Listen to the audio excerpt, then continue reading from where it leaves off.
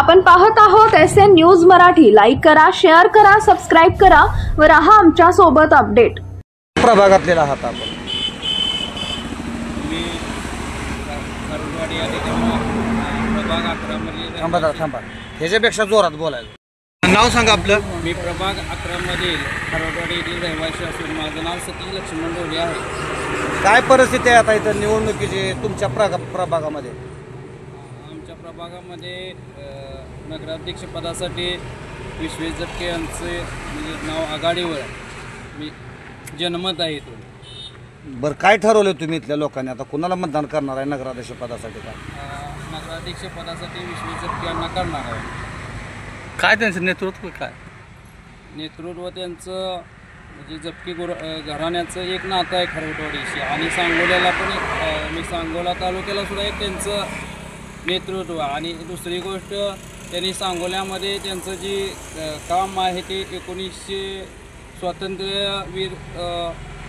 स्वातंत्र्यवीर सैनिक श्री बापूसाहेब जपके यांचा तो नातू आहे। त्यांनी सांगोल्यासाठी शिक्षण क्षेत्रामध्ये प्रत्येक सुरुवातीला देश स्वातंत्र्य झाल्यानंतर सांगोल्यामध्ये त्यांनी शिक्षणासाठी एक सुविधा उपलब्ध करून दिली त्यांनी। आणि त्यांचे जे शिक्षणाचं आहे ते प्रत्येकाच्या घरोघरी त्यांनी पोचवून प्रत्येकाला जगाचं ज्ञान दाखवण्याचं एक त्यांनी काम केलेलं आहे। आणि ह्याच्यापेक्षा अजून त्यांचं मोठं कार्य आहे। आणि दुसरी गोष्ट, त्यांच्या प्रत्येक म्हणजे जपके सरांच्या वाढदिवसासाठी आमच्या खरवटवाडीतील प्रत्येक नागरिकानं, प्रत्येक घरातील एक ना एक व्यक्तीनं त्यांना रक्तदान केलेलं आहे। जसं रक्त दिलं तसंच त्यांना प्रत्येक वाडीतील नागरिकांनी ठरवले की मतदान करायचं। ठीक आहे। मालदास बैठे प्रभाग क्रमांक 11 मधील रहिवासी आहे आणि या ठिकाणी नगराध्यक्ष पदासाठी विश्वेश जपके यांना आम्ही सर्व नागरिकांनी एकमताने बहुमत द्यायचं असं ठरवलेलं आहे। पुढे या। सांगोला नगरपालिका प्रभाग 11 मध्ये रहिवासी असून सांगोला नगरपालिका निवडणूक 2025 मध्ये नगराध्यक्षपदासाठी श्री विश्वेश जपके यांना अनुमती देत आहोत। कारण का निष्कलंक, निस्वार्थी आणि युवा नेतृत्व असल्यामुळे, येणारा काळ हा सध्या युवा पिढीचाच असल्यामुळे त्या व्यक्तीला आम्ही प्राधान्य देण्याचा प्रयत्न करतोय। या प्रभागातील नागरिकांना तुम्ही काय आवाहन करणार आहे त्यांच्या लोकांना किंवा त्यांनी काय सांगणार? या प्रभागातील जे बोललो ते सांगणार आहे मी तुम्हाला। कारण त्याचं आता युवा नेतृत्व आहे आणि आता पदार्पण करतोय, तर इथून पुढं कार्य दिसतेच ना त्यांचं। बरं, त्यांचा वारसा म्हणजे कसं आहे की 3 पिढ्याचा वारसा आहे। आजोबा होते, वडील होते राजकारणात, आणि ते स्वतः उतरणार आहेत। त्याच्यामुळे आमचं प्रतिनिधित्व देण्याचा प्रयत्न। प्रभाग क्रमांक 11 मधून आमच्या वाडीत सध्या विश्वेश जपके यांची प्रचंड मतांची चर्चाच आहे आणि त्यांना आम्ही भरपूर मतांनी निवडून पण देणार आहोत। विश्वेश जपकेंचं बालपणच हे खारडवाडीत गेलं, त्यामुळे ते फक्त जपके सरांचे पुत्र नसून सगळ्या खारडवाडीचेच ते पुत्र आहेत असे, त्यामुळे त्यांना इथून प्रचंड मत पडणारच आहे। त्यामुळे काही नाही। सांगोला शहरामध्ये रस्त्याची आणि गटारीची खूप मोठी दुरावस्था आहे, त्या संदर्भात तुमचं काय म्हणणं? विकास झालाय का नाही? नाही, गेले 9 वर्ष बघितलं तर विकासाचं काहीच नाव नाही सांगोला तालुक्यात। त्यामुळेच लोकांनी जे आणि सांगोला शहरातल्या जनतेनेही ठरवलं की जपके सरांसारख्या, विश्वेश जपके साहेबांसारखा एक चांगलं नेतृत्व आपल्याला मिळालं पाहिजे, तरच सांगोल्याचा चांगला विकास होऊ शकतो। आणि हे जे घाण झालेले आहे सांगोल्यात, किंवा राजकारणात म्हणा, दादागिरी म्हणा, हे त्याशिवाय संपुष्टात येणारच नाही। दादा खडतरे प्रभाग 11 मधला प्रभाग 11 मध्ये मी तिथे रहिवासी आहे। सांगोला शहराच्या सार्वत्रिक नगरपालिकेची सार्वत्रिक निवडणुका लागली, त्या महिन्याभराच्या काळातच चित्र अंधुक असताना शहरातील एक सुप्रसिद्ध घराणं की 3 पिढ्यापासून सामाजिक आणि राजकीय क्षेत्रात असलेलं घराणं जपके सर, प्राध्यापक जपके सर आणि यांचा मुलगा चिरंजीव विश्वेश बी इंजिनिअरिंग असून तो उच्च शिक्षित असून त्यांना आत्तापर्यंत 10-15 वर्षात उद्योगधंद्यात चांगल्यापैकी प्रगती केलेली आहे आणि त्यांनी या राजकारणाला गेल्या 2-3 वर्षापासून त्याच्या घरात राजकारण असल्यामुळे त्यांना राजकारण नवीन नाही.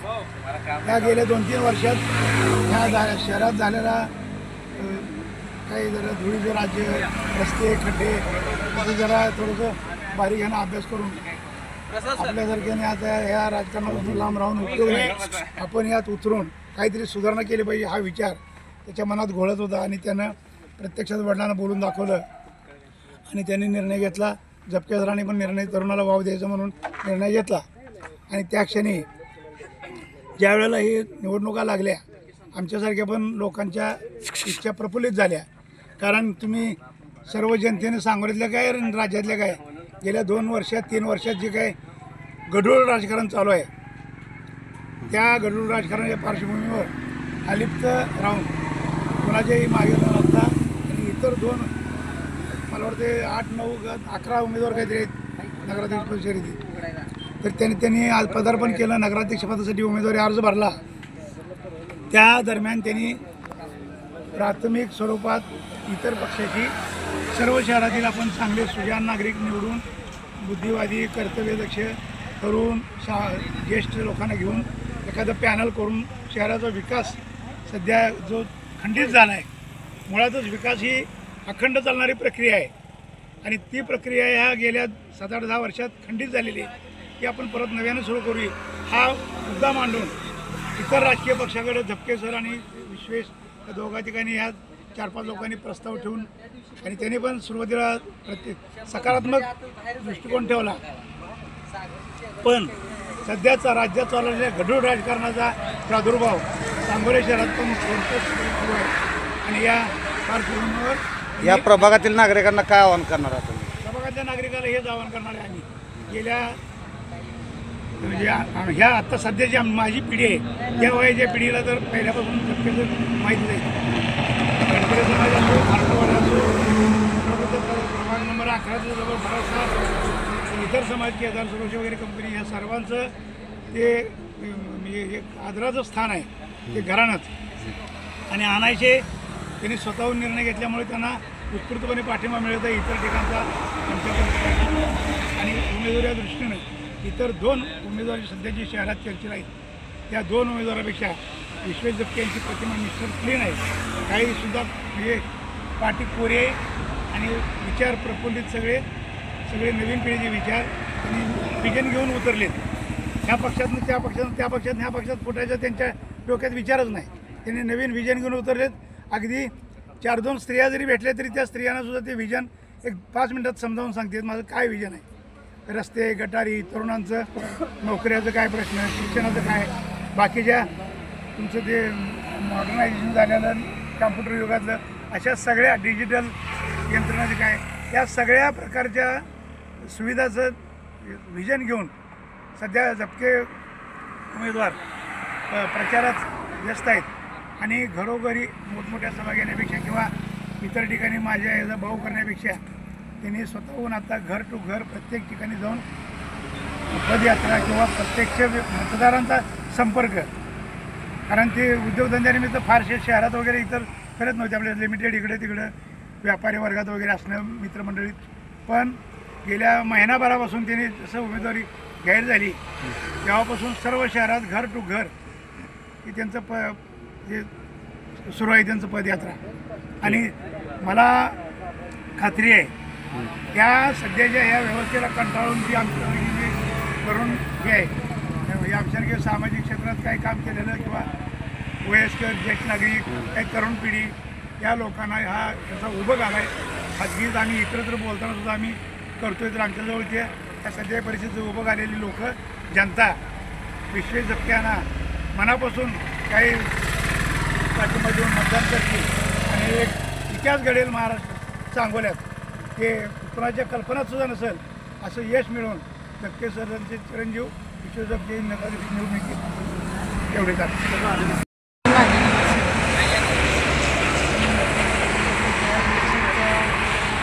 चालू समितीची मी सदस्य होते. या भागात जिथं काम झालं नाही तिथं भरपूर कामं झाली. त्या सरांची पण भरपूर मदत झाली त्यावेळी. सरांच्या मदतीमुळेच झालं. आता सध्या आपल्या इलेक्शनमुळे अध्यक्ष विश्वेश्वर जप्ते आहे.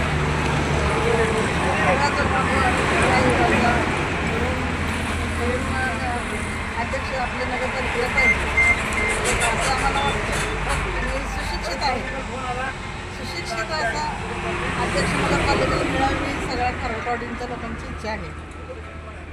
आणि अशी इच्छाच ईश्वरचरणी प्रार्थना करते. वातावरण आता कसं आहे इकडं?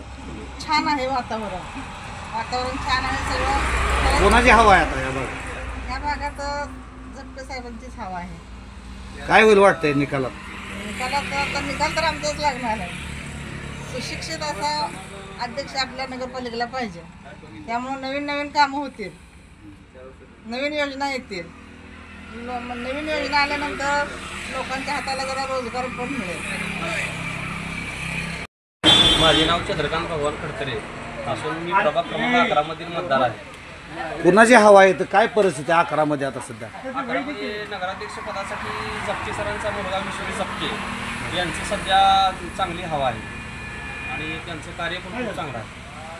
बरं, शहरामध्ये आपण फिरत होता, काय त्रास होतोय नागरिकांना शहरात? शहरामध्ये रस्त्यांची अतिशय दुरावस्था झालेली असून गटारांची कामे अनियमितपणे केल्यामुळे गटारे खूप झाली आहेत आणि पावसाळ्यामध्ये खूप चिखल आणि पाणी